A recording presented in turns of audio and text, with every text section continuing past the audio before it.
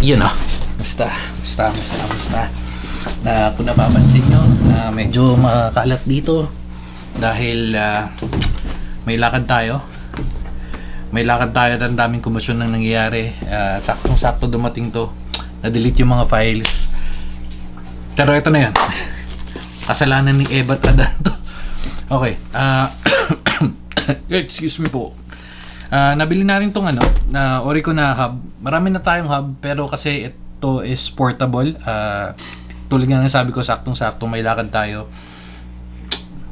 So, check na yung mga sunod na video. Pero, ito. May damage ng konti. Okay.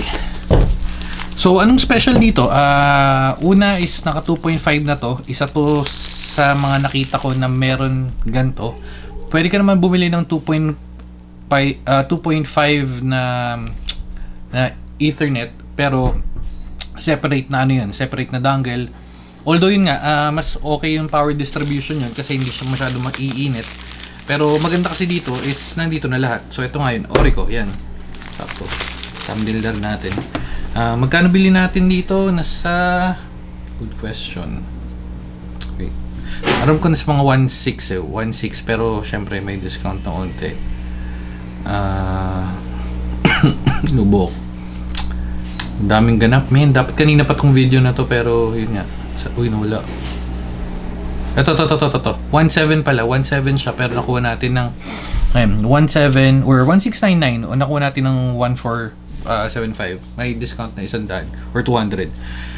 Anyway, so yun nga sinasabi ko. Orico, trusted brand na rin naman natin to. Isa na to sa mga ginagamit nating mga brands. Hindi, not sponsored, pero yun nga lang. Ginagamit natin to. So, anyway. Ayan. Anong bago dito? Bubuksan natin. Yung ginagamit ko, yung nasa MacBook is Hagibis. Yung nasa ROG Ugreen. Yung sa kabila, Vicious yata. Or Akasis. Pero, ito yung gagawin ito yung bibitbitin natin. Dapat kasi ito na yung dadalhin ko.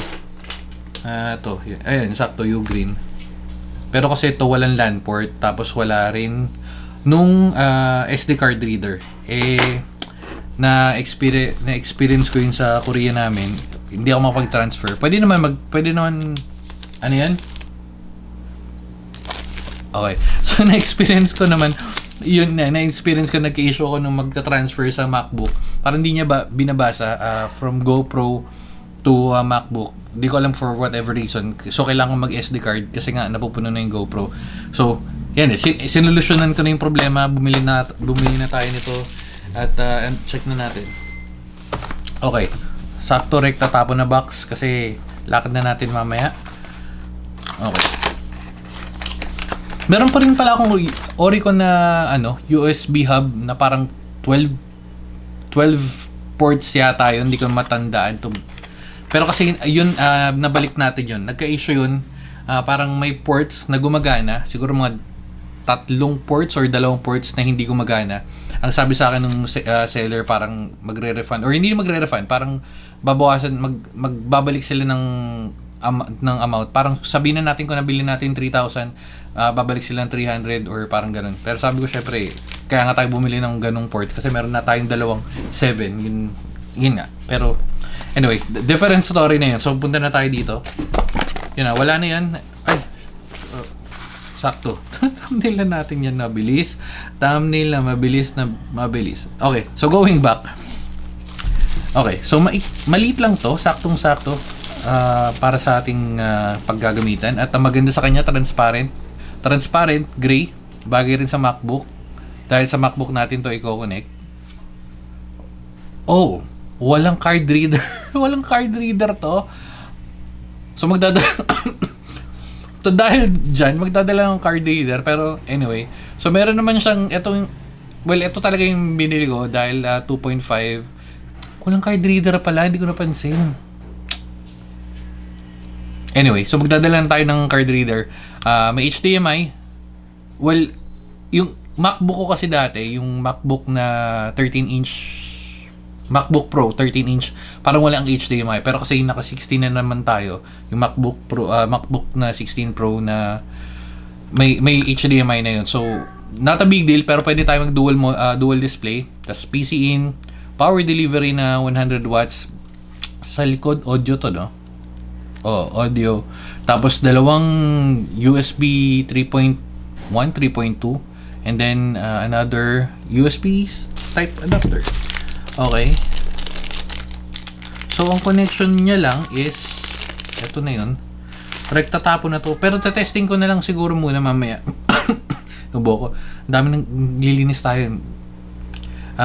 Testing ko na lang muna to pag gumana rekta tapon. Pero, tas balitaan ko kayo kung umiinit, kung okay. Pero to dahil dyan, ano na natin. ASMR. Oops, dito na lang para mas maganda. Kasi may narinig ko yung pusa, no? Papaglitan niyo ng Mama Peggy. Ayan, game. Walang tunog.